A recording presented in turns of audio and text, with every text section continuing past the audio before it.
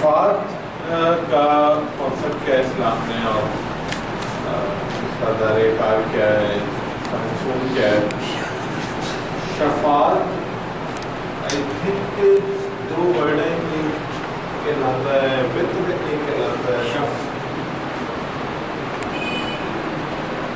مجھے سے یہ رہا، اور وطر کا مطلب ہوتا ہے ایک، اور شفاعت کا مطلب ہوتا ہے دو۔ وطر کی نماز ہم جو پڑھتے ہیں بنیادی طور پر ایک رکعت ہوتی ہے، عربی میں وطر ایک کو کہتے ہیں، شفا یعنی دوئی،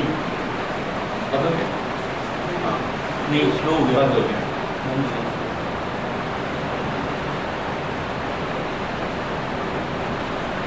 مسلمانوں میں جو مشہور اور معروف ہے شفاعت کے حوالے سے، وہ یہ ہے کہ قیامت کے دن جو بھی مسلمان ہوگا اور اس نے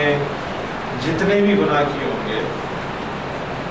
وہ آخر کار یا تو یہ ہوگا کہ وہ اپنے گناہوں کی سزا جو ہے وہ بھگتے گا جہنم میں جا کے، یا یہ اور اس کے بعد جنت میں آ جائے گا، یا پھر یہ کہ قیامت کے دن رسول اللہ صلی اللہ علیہ وآلہ وسلم اور خدا کے اذن سے کوئی اور جس کو بھی حق دیا جائے شفاعت کا، وہ مسلمانوں کی شفاعت کریں گے، ان کے گناہوں کی معافی ہوگی، اور ان کو ان کی شفاعت کے نتیجے میں دوبارہ سے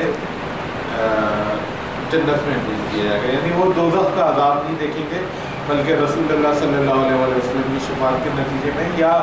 دیگر ہستیاں جن کو اللہ کی جانب سے شفاعت کی اجازت دی جائے گی، ان کی شفاعت کے نتیجے میں وہ اپنے گناہوں کی سزا بجائے اس کے کہ دوزخ میں گزرتے، ان کے وہ گناہ معاف کر دیے جائیں گے اور ان کو جنت میں بھیج دیا جائے گا۔ یہ ہے وہ مشہور اور معروف کانسیپٹ جو کہ تمام لوگوں میں مسلمانوں کے درمیان مشہور ہے۔ شاید بعض لوگوں کا نظریہ یہ بھی ہو کہ مسلمان سارے مسلمانوں کی شفاعت ہو جائے گی، شاید اس حوالے سے بھی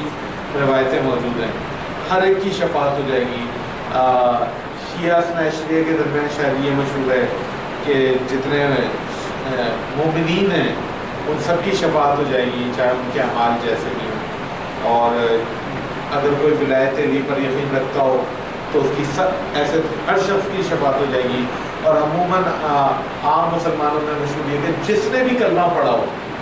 ہر اس شخص کی شفاعت ہو جائے گی۔ یعنی تھاٹ اگر آپ دیکھیں تو چاہے سنی ہو چاہے شیعہ ہو ایک ہی ہے، وہ کہتے ہیں جس نے بھی کلمہ پڑھ لیا اس کی بخشش ہو جائے گی اور رسول اللہ اس کی شفاعت کر دیں گے، اور شیعہ کہتے ہیں جس نے بھی ولایت پہ عقیدہ رکھ لیا اس کی شفاعت ہو جائے گی۔ اگر اس کا آپ کو بیک گراؤنڈ بتاؤں تو مسلمانوں میں یہ امام ابو حنیفہ کے زمانے کے آس پاس کی بات ہے، فرقہ تھا جس کا نام تھا مرجیہ، جنہیں کہتے ہیں مرجیہ فرقہ۔ یہ تھا ایک فرقہ ہے مسلمانوں میں خوارج، اب آپ اسے مسلمانوں کا فرقہ نہیں مانیں، یہ یعنی مسلمانوں سے شامل، اور ایک فرقہ ہے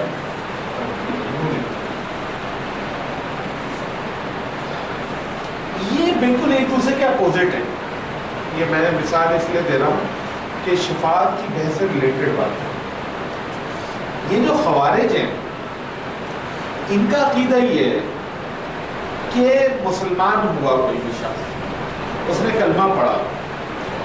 کلمہ پڑھنے کے بعد اگر اس نے کوئی بھی گناہ کبیرہ کیا ہے